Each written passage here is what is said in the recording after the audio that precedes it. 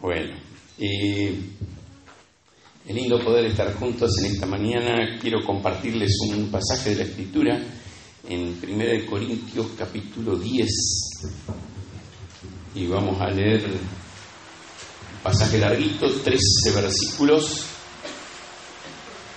Dice: porque no quiero, hermanos, que ignoréis que nuestros padres estuvieron bajo la nube y todos pasaron el mar, y todos en Moisés fueron bautizados en la nube y en el mar, y todos comieron el mismo alimento espiritual, y todos bebieron la misma bebida espiritual, porque bebían de la roca espiritual que los seguía, y la roca era Cristo. Pero de los más de ellos no se agradó Dios, por lo cual quedaron postrados en el desierto. Mas estas cosas sucedieron como ejemplo para nosotros, para que no codiciemos cosas malas como ellos codiciaron. Ni seáis idólatras como alguno de ellos, según está escrito: se sentó el pueblo a comer y beber y se levantó a jugar. Ni forniquemos como algunos de ellos fornicaron y cayeron en un día 23.000. Ni tentemos al Señor, como también algunos de ellos le tentaron y perecieron por las serpientes. Ni murmuréis, como algunos de ellos murmuraron y perecieron por el destructor. Y estas cosas les acontecieron como ejemplo, y están escritas para amonestarnos a nosotros, a quienes han alcanzado los fines de los siglos. Así que el que piensa estar firme, mire que no caiga. No os ha sobrevenido ninguna tentación que no sea humana, pero fiel es Dios, que no os dejará ser tentado más de lo que podáis resistir, sino que dará también juntamente con la tentación la salida para que podáis soportar. Déjenme empezar por atrás. Este último versículo no lo podemos tomar fuera de los primeros 12. Y hay una cosita, hay una palabra que nosotros no la tenemos en español una sola. Entonces el contexto nos habla de qué se trata. Y cuando la escritura fue escrita en el idioma en que se escribió, hay una misma palabra para dos conceptos, y son los conceptos tentación o prueba. Tentación nosotros lo tomamos en nuestra mente como la lombriz en el anzuelo del que va a pescar, ¿no es cierto? Se la muestra así al pescadito, y el pescadito dice: esto es para mí, y no sabe que atrás de eso hay un anzuelo. Prueba es el momento de dificultad que a nosotros nos fortalece.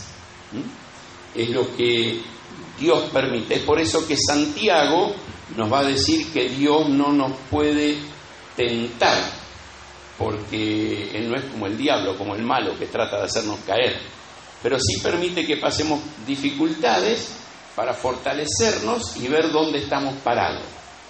Ahora, muchas veces este versículo 13 lo usamos para el concepto de tentación, y no está mal, pero si miramos los primeros 12 versículos, está relacionado con prueba, para ver qué hay en nosotros. Dicho esto, quiero ir para el versículo 1, porque no quiero, hermanos, que ignoréis que nuestros padres... Y esta carta Pablo la está escribiendo a una iglesia en la ciudad de Corinto, y en esa iglesia de Corinto había personas de dos contextos culturales, unos judíos y otros no judíos. Y cuando uno mira esta introducción, si la lee rápido, dice, y Pablo le está hablando a los judíos, porque va a decir: no ignoréis que nuestros padres, y hace toda una descripción de lo que la nación de Israel pasó en el tiempo del desierto, cuando venían de Egipto hacia la nueva tierra que Dios tenía para ellos. Pero tenemos que entender que, en primer lugar, que Pablo era judío, entonces habla como judío.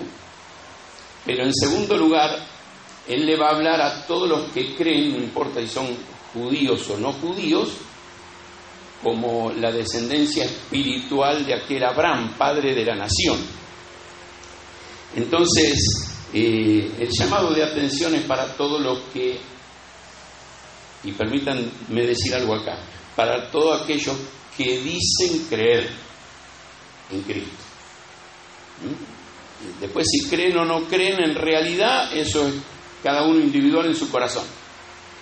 Pero el apóstol Pablo le está escribiendo a personas que en versículos anteriores él hasta duda si realmente habían creído. Venían a la iglesia, ¿no? Venían a la iglesia por muchos años. Yo me crié en la iglesia, hasta que un día tuve que tomar una decisión personal, yo con Dios. No es por lo que mi mamá me impuso, sino por mi decisión personal.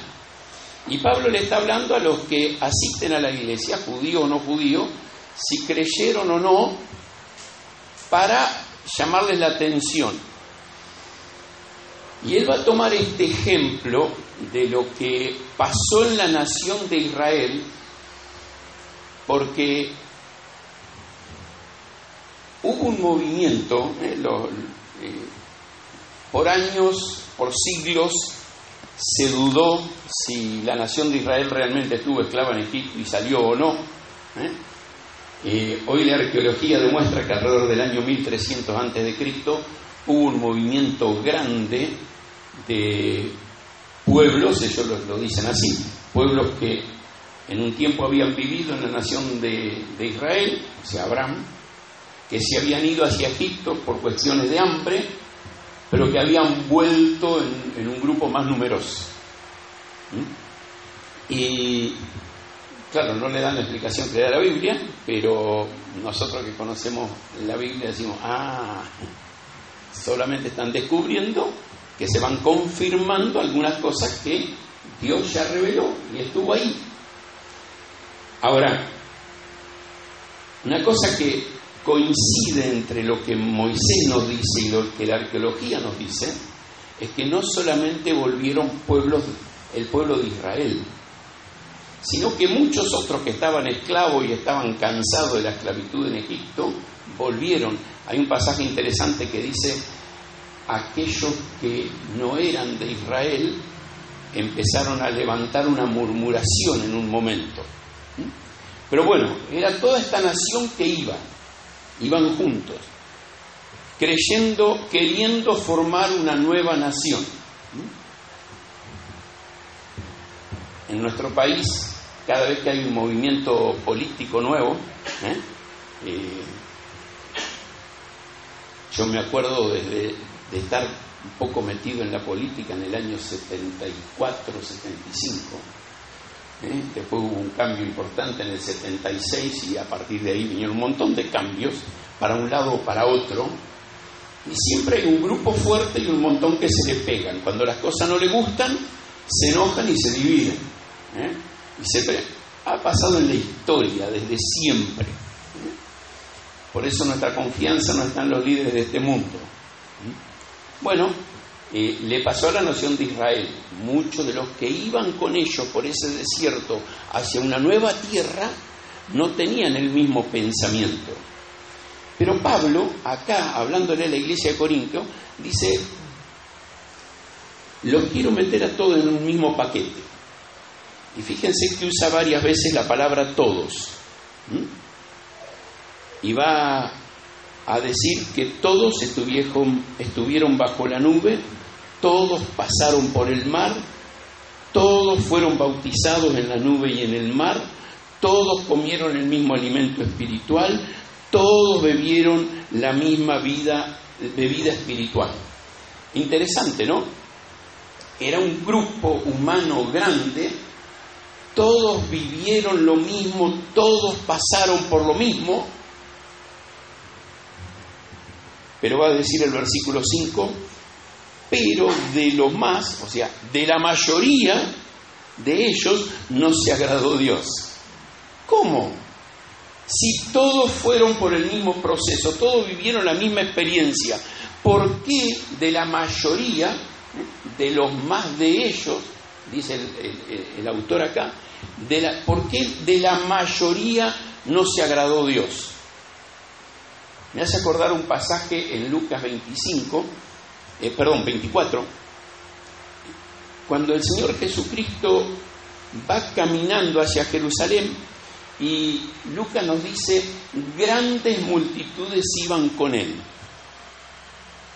Al poco tiempo de eso, dice, todos lo dejaron solo. Y quedaron solamente los 12. Y Jesús lo mira y le dice, ¿se quieren ir ustedes también? No se preocupen, yo arranco de nuevo, dijo Cristo. No. Eran grandes multitudes. ¿Y por qué iban esas grandes multitudes con el Señor? Y el autor nos dice que algunos iban porque comían gratis. Jesús daba la alimentación de los 5.000, de los 4.000, porque sanaba. ¿Cuántos no buscan a Dios por sanidad? Se pasó el momento de sanidad, tenga salud o no, y me busco otro predicador. Bueno, eso le pasó a Jesús. Grandes multitudes salieron con Moisés. Y este concepto de que todos estuvieron bajo la nube era aquella nube que nos dice en Éxodo capítulo 13 que los cubría de día para que tengan sombra en el desierto. Durante los 40 años Dios fue sombra para ellos en el desierto. Todos, dice, pasaron por el mar. Y después el versículo 2 va a decir que esto fue como un bautismo, un ser sumergido, metido. ¿Se mojaron? No se mojaron, porque pasaron el mar en seco. Pero estaban en medio de dos paredes gigantescas de agua y ellos pasando en el medio por el poder de Dios. Y fue como morir a la vieja vida de Egipto y nacer a una nueva vida que Dios tenía para ellos ahora, algo distinto. Y todos pasaron por esa experiencia. Después va a decir dos cositas más. Todos comieron el mismo alimento espiritual. Éxodo 16. Éxodo 16. Y ahí en Éxodo 16, interesante, apareció un día en la mañana el maná, una semillita que caía en el desierto del cielo, la provisión de Dios. Dios dándole cada día lo que necesitaban. Y dice, todos bebieron la misma bebida espiritual. Y fíjense lo que usa acá, porque bebían de la roca espiritual que los seguía. Y es interesante, 2 veces en el desierto, frente a la necesidad de agua, Moisés golpeó la roca y salió agua. ¿Sí? Pero hubo muchas veces que en un momento de desesperación por la sed, Dios le proveyó agua. En un momento llegaron a un lago, se tiraron a tomarla y era amarga, no la podían tomar. ¿Sí? Y fíjate lo que termina diciendo el versículo, que esta roca era Cristo. Dios ocupándose de que no les falte la bebida espiritual nunca. Ahora, ¿por qué de todas las cosas que pasaron en el desierto, Pablo rescata estas? Bueno, porque en alguna medida son cosas que claramente podemos identificar con la vida del creyente hoy. Todos salimos del sistema de este mundo, necesitamos la protección de Dios como aquella nube, introducidos en la nueva vida por medio del bautismo, como ellos dejaron la vieja vida, entraron a la vida nueva. El sostén de Dios, el pan, el alimento que necesitamos para cada día, y a Cristo como la bebida espiritual que necesitamos cada día. Y estos son ejemplos claritos que tenemos ahí. E Israel lo fue viviendo. Ahora hubo todo un grupo humano grande que lo vivió. Hay un desafío en el versículo 12 que dice: el que piensa estar firme, mire que no caiga. Y es una advertencia a nosotros, porque el versículo 1 decía: no ignoremos, no dejemos de pensar, evaluar y darnos cuenta lo que pasó a nuestros antepasados espirituales. ¿Por qué? Ellos vivieron estas experiencias y se las olvidaron. Si miramos el versículo 5, va a decir que de la mayoría de ellos no se agradó Dios, por lo tanto, voy a decir un término mío, quedaron en el camino. Acaba de decir, quedaron postrados en el desierto. No lograron avanzar en lo que Dios tenía para ellos. Quedaron a mitad de camino. Quedaron a mitad de camino. ¿Y qué es lo que los hizo quedar a mitad de camino? Va a mencionar el versículo 6, la segunda parte, la codicia, que no codiciemos cosas malas como ellos codiciaron. Va a mencionar la idolatría, no seáis idólatras como alguno de ellos, no sean fornicarios como algunos de ellos fornicaron, no tentemos al Señor como también algunos de ellos le tentaron, ni murmuréis como algunos de ellos murmuraron y perecieron por el destructor. Es interesante, ¿no? Así como los versículos anteriores menciona y repite varias veces la palabra todos, para incluir a todos los que habían salido de Egipto, acá va a repetir un concepto: no seáis, no seamos. Claro, la primera parte del versículo 6, que salteé intencionalmente, dice: mas estas cosas sucedieron como ejemplo para nosotros. ¿Sabés qué está diciendo el autor acá? Tenemos un cuadro, o si querés, un espejo, donde mirarnos, para que a nosotros no nos pase lo mismo. Te lo digo distinto. Nos puede pasar a nosotros. Nos puede pasar a nosotros. Decimos ser cristianos. Siempre recuerdo una de mis hermanas, somos 7, las hermanas eran mayores que nosotros, venían primero 4 mujeres, después vinimos los 3 varones. Mi viejo nos hizo en tanda. Ahora, mi mamá nos trató de influenciar en las cosas de Dios, pero no mucho. Papá nada que ver, no le interesaron las cosas de Dios. Sí, nos decía vayan a la iglesia con mamá, y muchas veces él venía, pero adentro de él no le interesaba para nada. Y para mamá era una costumbre, una religión. Entonces cada una de mis hermanas fue eligiendo su vida en la adolescencia, en la juventud. Y dentro del grupo social en el que vivíamos, en el pueblo que vivíamos, en el sur de la provincia, mis hermanas eran las liberales del grupo. Una de ellas tuvo una hija de soltera, las otras se casaron, 2 se casaron embarazadas y la otra no se casó embarazada porque había aprendido de las otras hermanas cómo cuidarse. Vivían una vida de inmoralidad abierta. Una de ellas, la que se casó embarazada, Cuando el nene tenía 3, 4 años, decidieron bautizarlo. Entonces nos sentamos en la iglesia, en primera fila me senté yo, que tendría 8, 9 años, una tía vieja, de esas viejas, que todos tenemos alguna tía vieja por ahí.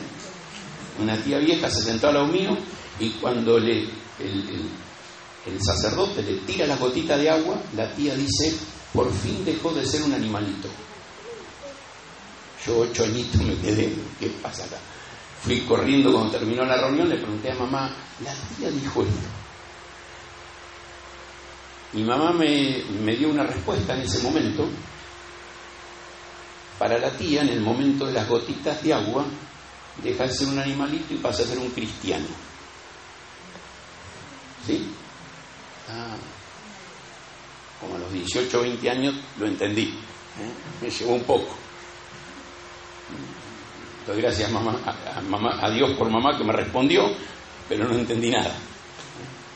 Ahora, ¿saben? Así pasaba con esta nación de Israel. Muchos estaban ahí porque habían pasado por el mar. Vamos a traerlo a nuestro idioma actual, eran cristianos porque la tradición los hizo cristianos. Eran cristianos porque la tradición los metió en un sistema. Y todos somos, yo soy también. Y no importa de qué grupo, esto puede pasar en un católico, un adventista, un evangélico. No importa el grupo.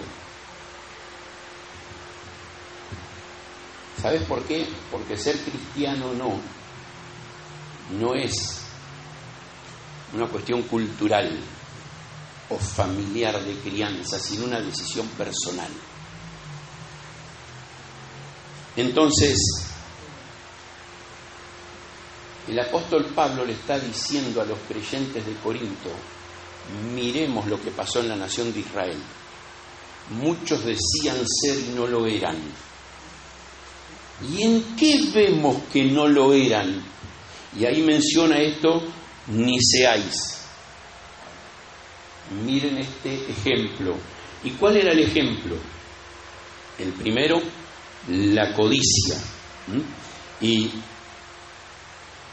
la codicia aparece en la nación de Israel en Números capítulo 11, cuando de repente se levantan una mañana y ya venían comiendo maná del cielo 2, 3 semanas, un mes. Y aquel maná que era rico el primer día, el segundo, el tercero, se empezó a tornar aburrido y dijeron, nos acordamos de las cebollas y los ajos que había en Egipto. Aunque éramos esclavos y trabajábamos 15 horas por día, 18 horas por día, pero los ajos, la cebolla eran ricos. Allá había carne de vez en cuando, acá no hay. Y Dios le proveyó codornices. Pero el codiciar y no estar satisfecho con lo que Dios te permite, y no estoy hablando de conformismo, no estoy hablando que el que es cristiano no puede aspirar a tener algo más, sino el corazón de ingratitud por lo que Dios ya te dio, por lo que tenés. Esa codicia. El segundo aspecto que va a mencionar es la idolatría.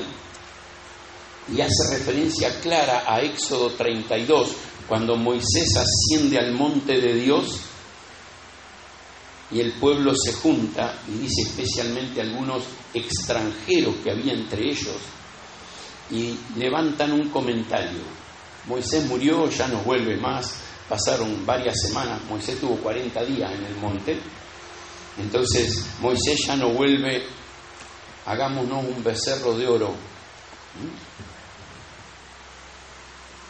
Hagámonos un gauchito Gil, que nos lidere, que me dé lo que Dios no me da. O hagámonos una protección, una cintita roja. A veces cosas muy chiquitas, y cambiamos a un Dios creador grande, poderoso,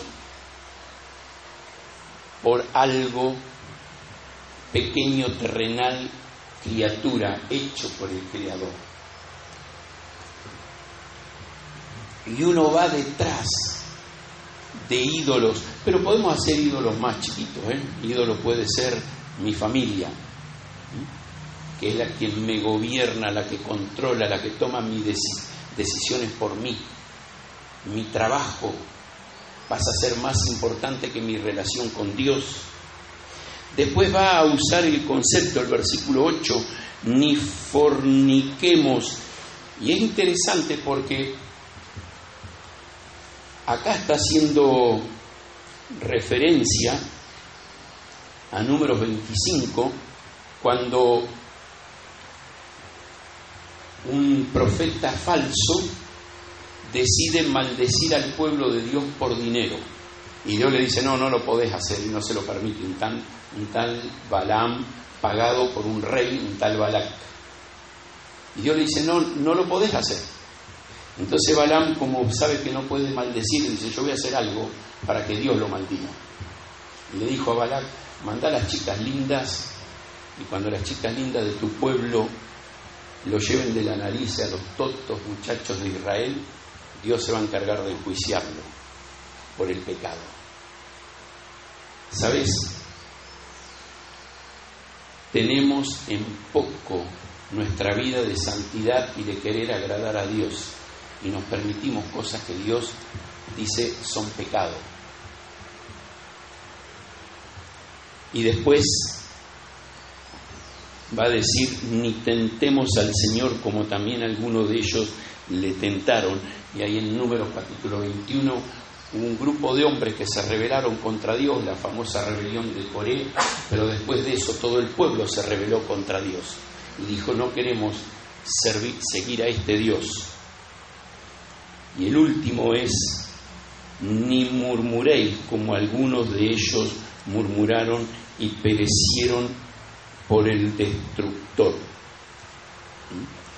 Y hubo es interesante, el anterior es el perecieron por las serpientes, y el Señor Jesucristo lo cita en Juan capítulo 3, cuando va a decir, como Moisés levantó la serpiente en el desierto, es necesario que el Hijo del Hombre sea levantado, para que todo aquel que en él cree no se pierda, sino que tenga vida eterna. Y Dios, en su gracia, nunca mandó la destrucción inmediata. Siempre mandó algo que advirtiese primero. Siempre envió algo que advirtiese primero. Claro, frente a la rebeldía, dijo, bueno, ahora viene castigo. Pero siempre que hubo uno de estos pecados que menciona acá, la codicia, la idolatría, la fornicación, tentar a Dios, el murmurar, Dios primero mandó la advertencia. Dios llamó la atención del pueblo. Y cuando el pueblo decidió permanecer en rebeldía, Dios le dijo, bueno, ahora sí viene el castigo, la llamada de atención. ¿Saben? Dios siempre busca. Ahora, la advertencia de Dios es para el pueblo de Dios. A ver, nadie, ningún hombre, en ningún lugar puede decir este es y este no es. Solo Dios.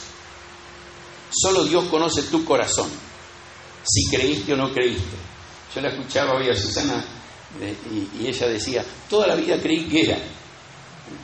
Y de repente un día sola, claro, sola por la exposición de la palabra, pero sola me di cuenta, bueno, a mí me hacían leer 2 capítulos de la Biblia por día, me hacían orar 7 veces por día. No había ni un problema que me vaya al baile y llegue a las 4, 5, 6 de la mañana, siempre y cuando el domingo a las 9 esté sentado en el culto y había que caminar 30 cuadras. Encima había que caminar 30 cuadras con la abuela. El que no iba con la abuela podía ir en bicicleta, así que nos peleábamos quién iba en bicicleta y quién iba con la abuela. Encima, a la abuela siempre alguien la traía a la vuelta. Y el que había ido con ella tenía que volver caminando. Religioso a muerte. Pero un día me di cuenta, permítanme decir esto, que haber nacido en un garage no me hacía auto. Haber nacido en una familia llamada cristiana no me hacía cristiano. Y así pasó con este pueblo. Y Pablo advierte a esta iglesia y le dice: cuidado, miren, piensen, evalúen. Y él los llama hermanos porque no sabe con quién está hablando. Aún él, como el gran apóstol Pablo, él no sabía quién era el que lo estaba escuchando. Algunos de ustedes los conozco un poco más que a otros los vi hoy por primera vez. ¿Saben? Solo Dios conoce tu corazón, solo Dios conoce lo que hay adentro. Pero si vos decís soy cristiano, yo no tengo por qué decirte no lo sos. Pero sí te quiero advertir. Pablo le dijo: aunque todos pasaron por una misma experiencia, en salir de Egipto, ser cubiertos por la nube, pasar por el mar, comer del mismo alimento, tomar del mismo agua, aunque todos pasaron por esa misma experiencia, no todos son.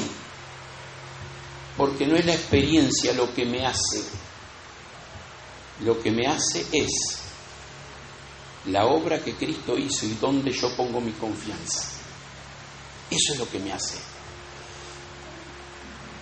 Por eso va a decir: estas cosas sucedieron como ejemplo para nosotros. Nos advierte a nosotros. Un día Cristo vino para hacer su obra en la cruz del Calvario y darnos una nueva oportunidad. Lo dice: mira tu vida. Vuelvo al versículo 11. Estas cosas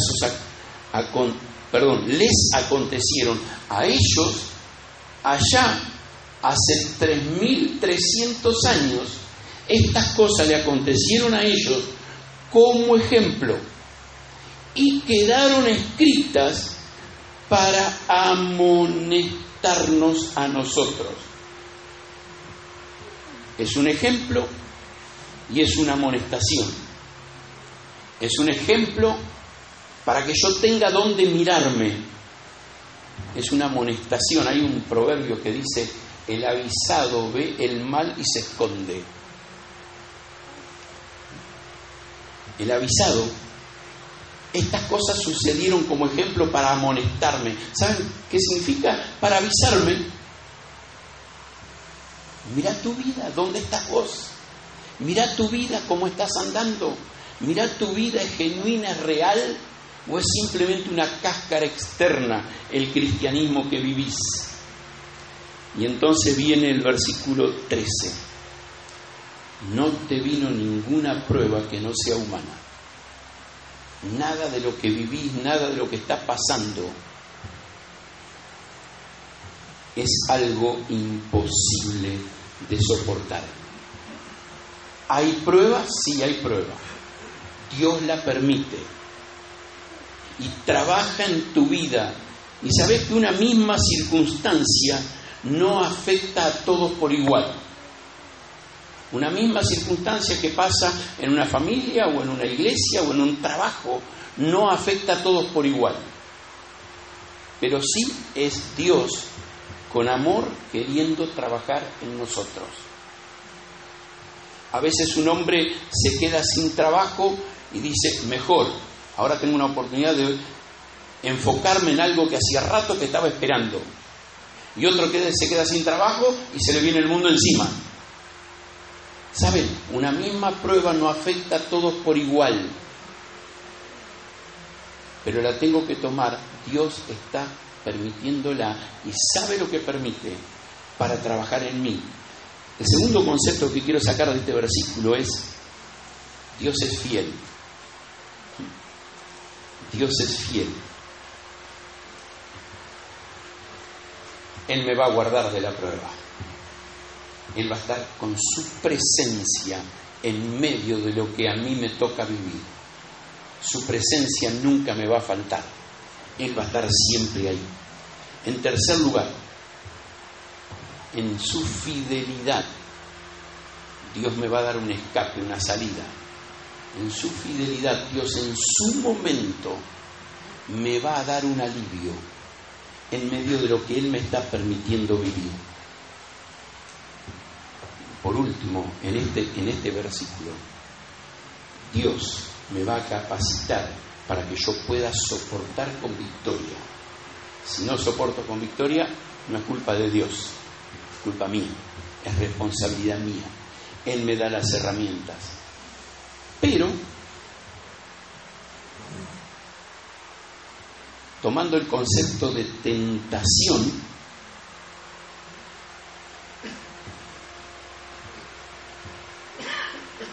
Él con la tentación va a dar la salida. Él siempre tiene una vía de escape para aquella cosa que me está tentando para hacerme caer. Siempre tiene una vía de escape. Si me quedo y caigo en el pecado es por decisión propia, no porque Dios no proveyó la salida. Él provee la salida. Ahora, el versículo 12, Él va a darnos una advertencia. Cuidado, hay posibilidad de caer. Estemos mirando nuestra vida. Nunca crea yo soy suficientemente fuerte. Y el versículo 13 es una palabra de ánimo. Dios está en medio de las cosas que me permite pasar. Leyendo este pasaje y estudiándolo, me puse a leer el concepto de todos pasaron por el mar. ¿Y cuántas veces en la Biblia habla de personas en medio de las aguas? Bueno, en primer lugar hay versículos, ¿no es cierto? Aunque las aguas te inunden. El Señor Jesucristo, en una de sus parábolas, concluye el Sermón del Monte en Mateo capítulo 7 con una parábola que dice: vinieron las aguas y dieron ímpetu contra la casa. Si está fundada sobre la roca, se sostiene. Si no está fundada sobre la roca, se cae. Tenemos a la nación de Israel cruzando por el medio del Jordán para entrar en la tierra prometida, una decisión de fe. Tenemos a los discípulos varias ocasiones en medio de una tormenta en el mar. Uno con la presencia de Jesús: Señor, despertá, mirá que perecemos. En otra, Jesús no estaba con ellos y estaban desesperados, y por allá lo ven venir caminando. ¿Saben? Todos aquellos ejemplos que hay relacionados con el agua como prueba, siempre la respuesta es: la presencia de Dios me da paz, me da descanso, me da seguridad. Y no importa la tormenta que venga, porque mi confianza está en el Dios creador de las tormentas. Y Él permite que yo las viva para que yo crezca en fe y dependencia de Él. Pablo advierte a la iglesia en Corinto: otros ya lo vivieron, otros ya lo vivieron. No sé si alguna vez te pasó alguna circunstancia que decís: soy el único, ¿por qué a mí? Otro ya lo vivió. Y el Señor lo entiende y está con nosotros en medio de lo que nos toca pasar. Y su presencia es lo que me da descanso. ¿Oramos? Querido Dios y Padre, te damos gracias por poder compartir tu palabra, por abrirla, aprender. Gracias porque es ella la que nos edifica. Te pedimos, Señor, que tú nos ayudes a buscarte a ti, no como una religión, sino como un suficiente y poderoso Salvador. Gracias porque en Cristo podemos encontrar perdón de pecados y vida eterna. Y en Él podemos encontrar la vida abundante, en medio de lo que tú permites que vivamos. En el nombre de tu Hijo Cristo oramos. Amén.